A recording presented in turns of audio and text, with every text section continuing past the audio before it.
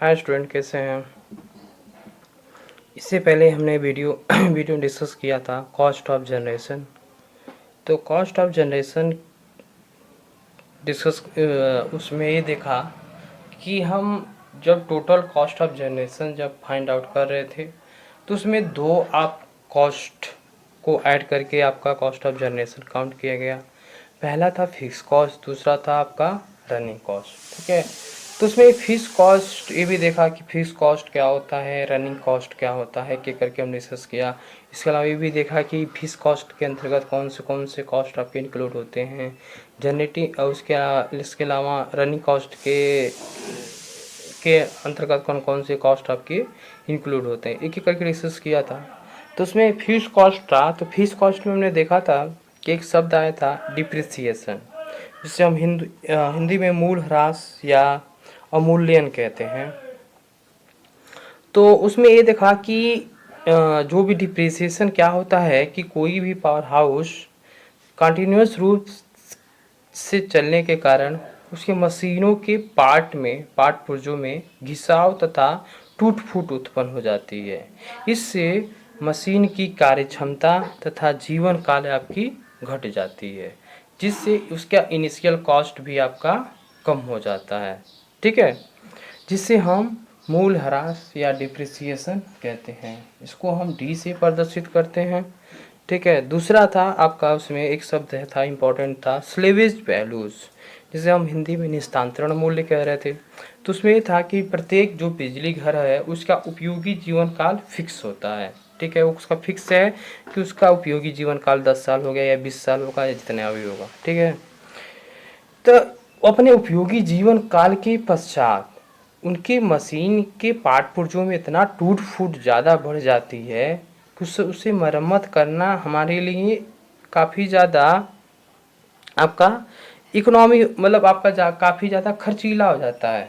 ठीक है, तो इस दशा में या इस स्थिति में उस बिजली घर तथा उसमें जो उपकरण हैं उनको बेच देना या नीलामी कर देना हमारे लिए उचित होता है।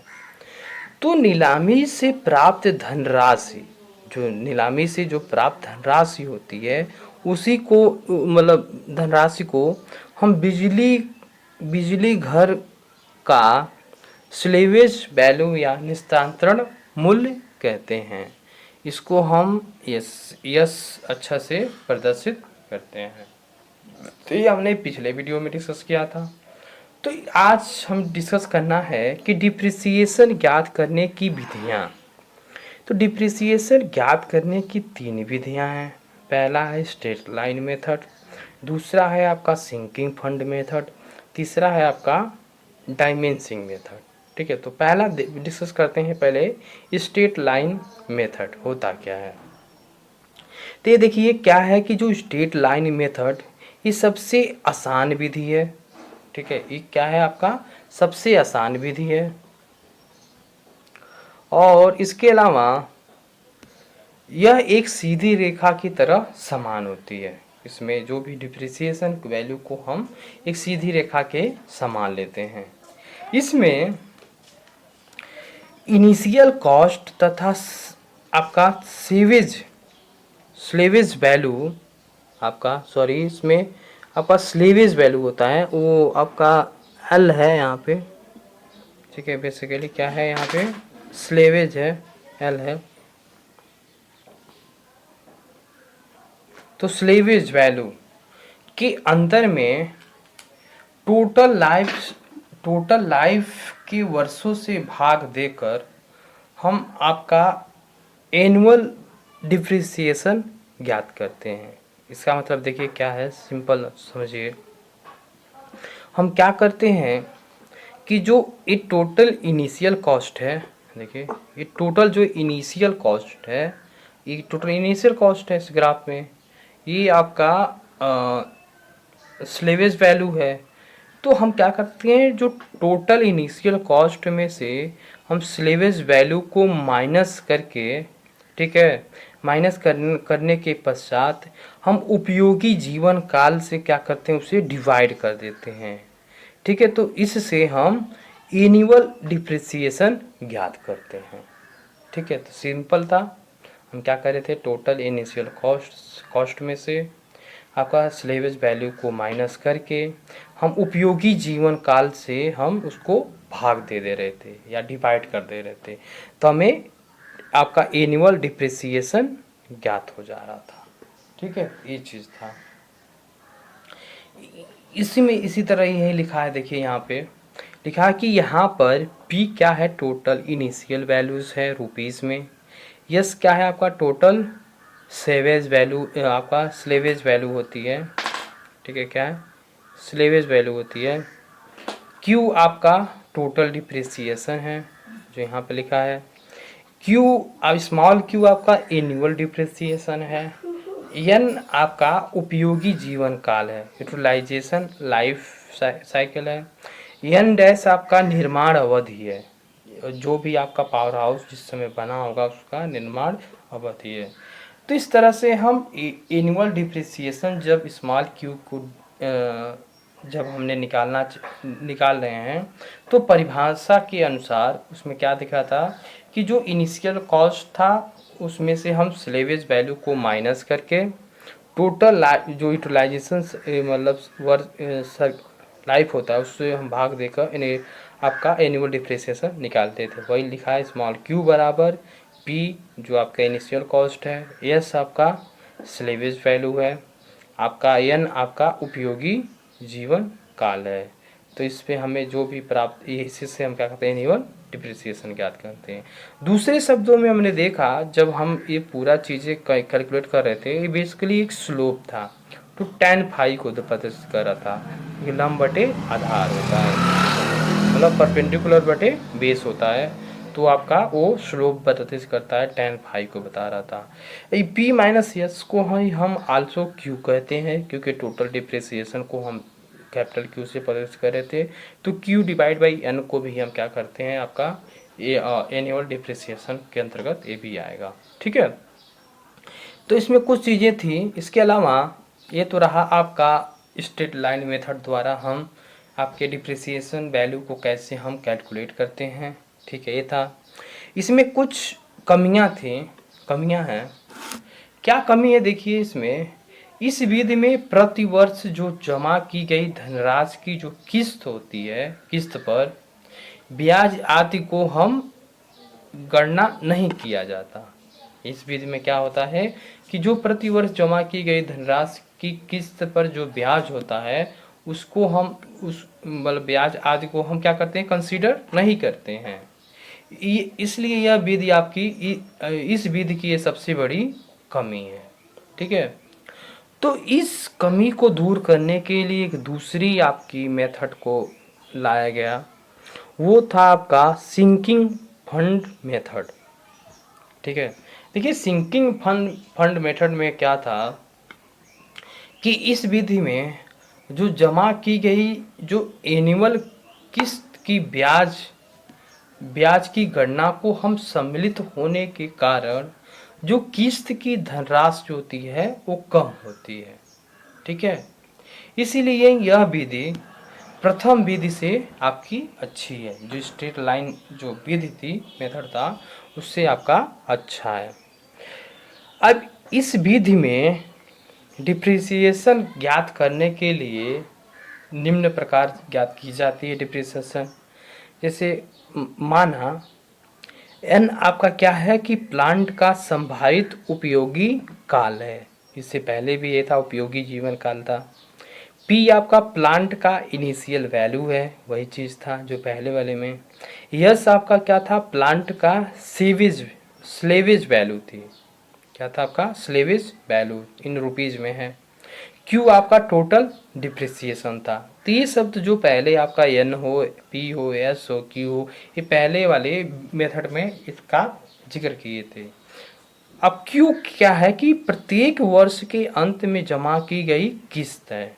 जो स्मॉल क्यू है वो प्रत्येक वर्ष के अंत में जमा की गई किस्त है। जैसे मान लिया, अगर मान लिया पहला महीना है तो पहले महीने के अंत में जो आपका पैसा होगा, मान लिया 500 रुपया किस्त है, तो वो क्या होगा, वो क्यू होगा, स्मॉल क्यू होगा। आई क्या है, आपका वार्षिक ब्याज दर है, आपका एनुअल इंटरेस्ट रेट है आई आपका, ठीक है। इसके बाद देखिए अब हम एक एक करके कैलकुलेशन कैसे करते हैं, ध्यान से देखिएगा, समझ में आ जाएगा आपको। देखिए हम क्या कर रहे हैं कि प्रथम वर्ष के अंत में जमा की गई किस्त क्यू रुपया है। यही हमने इससे पहले देखिए डिस्कस किया, क्या किया था, देखिए क्या था, क्यू आपका यहाँ पे प्रत्येक वर्ष के अंत में जमा की गई किस्त था, क्यू इन रुपीस में, ठीक है। तो वही है यहाँ पे देखिए, प्रथम वर्ष के अंत में जमा की गई किस्त आपकी क्यू रुपये है। द्वितीय वर्ष के अंत में उपरोक्त किस्त का ब्याज क्यू इंटू आई होगा, क्योंकि हमने आई को एनुअल इंटरेस्ट रेट है, जबकि तो हम द्वितीय वर्ष के जब अंत में उपरोक्त किस्त का ब्याज करेंगे तो पिछले साल का आपका क्यू रुपया जो किस्त के तौर पे था, आई उसका क्या था, इंटरेस्ट रेट था, तो उसको मल्टीप्लाई कर देंगे तो हम द्वितीय वर्ष के अंत में उपरोक्त किस्त का ब्याज हमें प्राप्त हो जाएगा, ठीक है। इसके बाद है आपका वीडियो, इसके बाद है आपका दूसरे स्टेप में द्वितीय वर्ष के अंत में, जो द्वितीय वर्ष का जो अंत होगा अभी, उसमें प्रथम किस्त की ब्याज सहित कुल धनराशि। अब कह रहा है कि जो द्वितीय वर्ष के अंत में प्रथम किस्त का ब्याज सहित कुल धनराशि, मतलब पहले किस्त में आपने जो पैसे जमा किया, इसके अलावा जो पहले किस्त का ब्याज सहित उसका कुल कितना था। तो देखिए यही इसमें लिखा है, क्यू आपका क्या है, पहले मतलब एक वर्ष के अंत में जो जमा की गई धनराशि होती है। और क्यू आई क्या है कि उस वर्ष का धन आपका किस्त प्लस किस्त गुणे आपकी एनुअल इंटरेस्ट रेट होता है। तो इसको हमने जब ऐड करते हैं तो आपका कुल धनराशि हो जाता है। तो ये लिखा है कि द्वितीय वर्ष के अंत में प्रथम किस्त की ब्याज सहित कुल धनराशि, तो क्यू प्लस क्यू आई, तो हो जाएगा आपको क्यू को कॉमन कर देंगे तो 1 प्लस आई हो जाएगा, ठीक है। ये चीज़ था। इसके बाद देखिए इसमें क्या है कि तृतीय वर्ष के अंत में, जो तृतीय वर्ष के अंत में क्या है, आपके अंत में उपरोक्त किस्त का ब्याज, जो भी उपरोक्त किस्त आपने द्वितीय वर्ष के अंत में जो आपने जमा किया है तो उसी के बारे में है आपका। तो क्या हो जाएगा आपका, सॉरी, तो आपका जब, हाँ देखिए क्या है, तृतीय वर्ष के अंत में उपरोक्त किस्त का ब्याज, तो ऊपर वाले 2 वर्ष तक आपका जो टोटल प्रथम वर्ष का द्वितीय वर्ष को मिला के आपका क्या आया था, क्यू ब्रैकेट में 1 प्लस आई आया था, 1 प्लस आई। तो वही है तृतीय वर्ष के अंत में उपरोक्त किस्त का ब्याज। तो द्वितीय वर्ष तक जो भी आपका कुल धनराशि का है वही आपका ब्याज हो जाएगा, तो वो है क्यू 1 प्लस आई इंटू आई, ठीक है। क्योंकि ये आपकी प्राप्त धनराशि है, आई आपका क्या होता है, इंटरेस्ट रेट होता है, तो उसको हम मल्टीप्लाई करना पड़ता है। तो वही लिखा है क्यू 1 प्लस आई इंटू आई, ठीक है। ये चीज़ लिखा था, देखिए ध्यान से देखिएगा इसको। बस क्या है कि उससे पहले सालों का जो कि ये आपका पूरा किस्त है, ठीक है, इसको हम आई से मल्टीप्लाई कर दे रहे हैं। जिस तरह उसके बाद है आपका तृतीय वर्ष के अंत में प्रथम किस्त की ब्याज सहित कुल धनराशि है, ठीक है। क्या है कि तृतीय वर्ष के अंत में प्रथम किस्त की ब्याज सहित कुल धनराशि है। तो देखिए क्या है कि ये तो आपका रहा प्रथम किस्त सही, प्रथम मतलब ये आपका द्वितीय वर्ष तक आपके अंत में प्रथम किस्त को सहित हमने कुल धनराशि प्राप्त किया। ये रहा आपके तृतीय वर्ष के अंत में उपरोक्त किस्त का ब्याज। दोनों को जब हम सम्मिलित करेंगे तो कुल आपकी धनराशि प्राप्त हो जाएगी, ठीक है।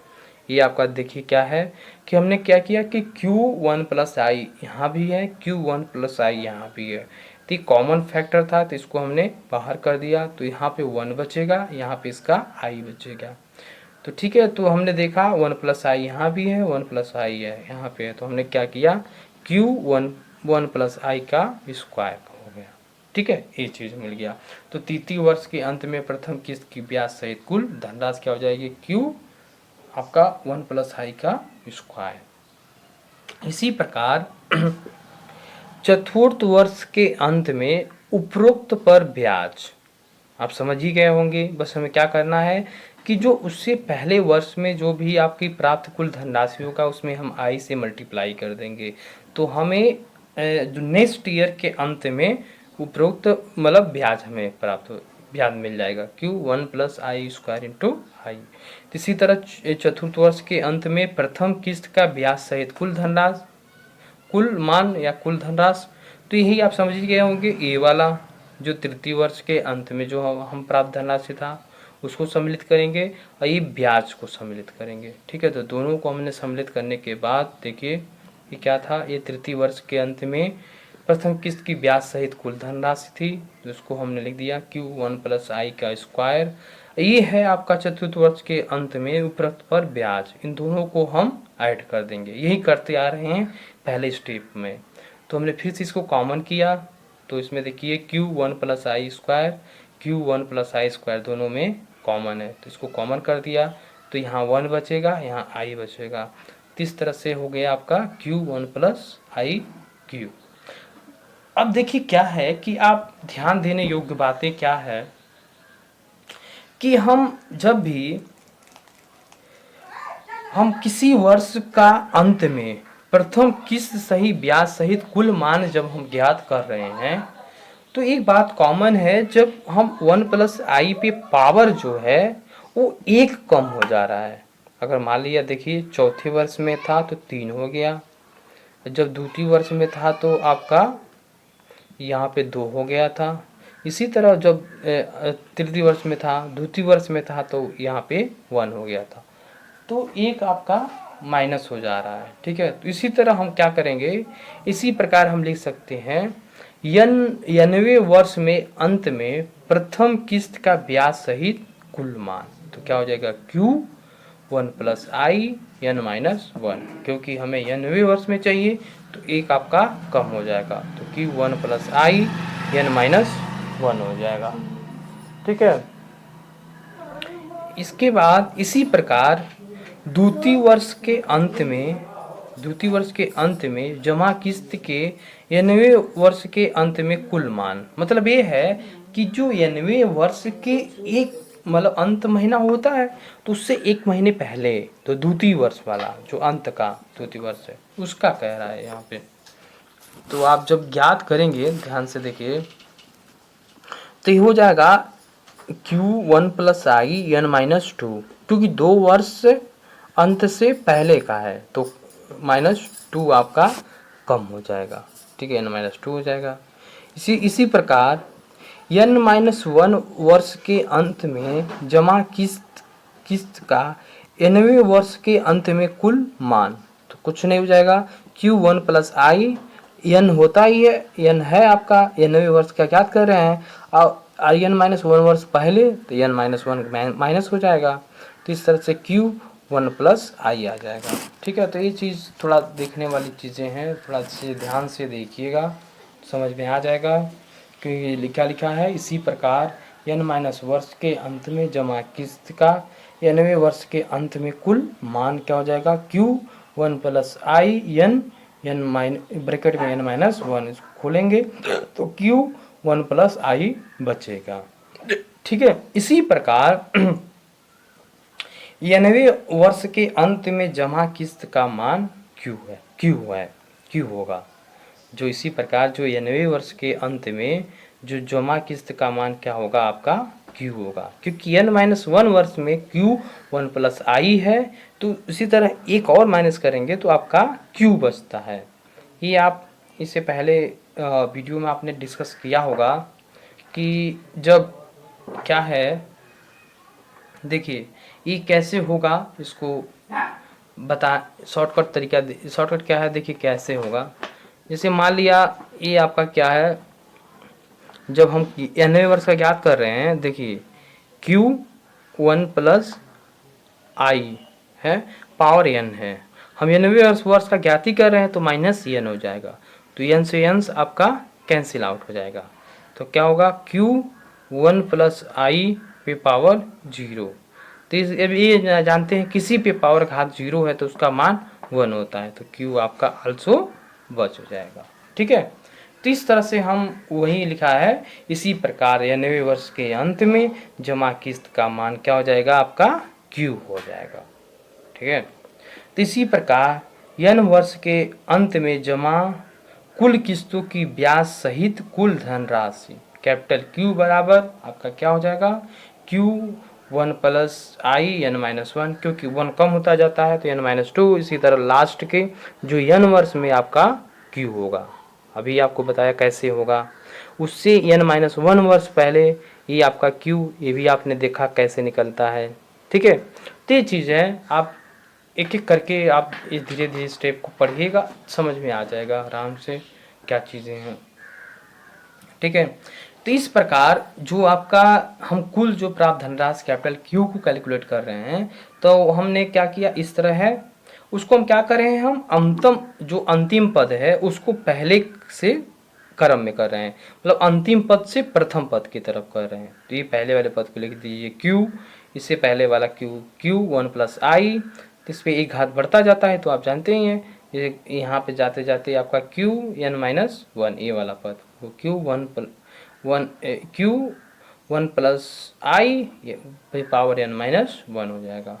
ठीक है, हम Q को जो बाहर कर देंगे, Q कॉमन है सब में, तो हम Q को जो बाहर करेंगे तो देखिए क्या है कि 1 बचेगा, एक यहाँ पर 1 बच जाएगा, यहाँ पे आपका 1 प्लस आई बचेगा, इस तरह से। तो इस तरह से हम देखेंगे ये जो सीरीज है ये आपकी गुणोत्तर सीरीज है। क्या है, आपकी गुणोत्तर सीरीज है। जो इसमें जो कॉमन फैक्टर है, जो कॉमन टर्म है, वो क्या है, आपका जो कॉमन पद है देखिए क्या है, 1 प्लस आई है, समय क्या है, कॉमन है, क्योंकि गुणोत्तर श्रेणी है, गुणोत्तर श्रेणी में एक कॉमन पद होता है, तो क्या है 1 प्लस आई है।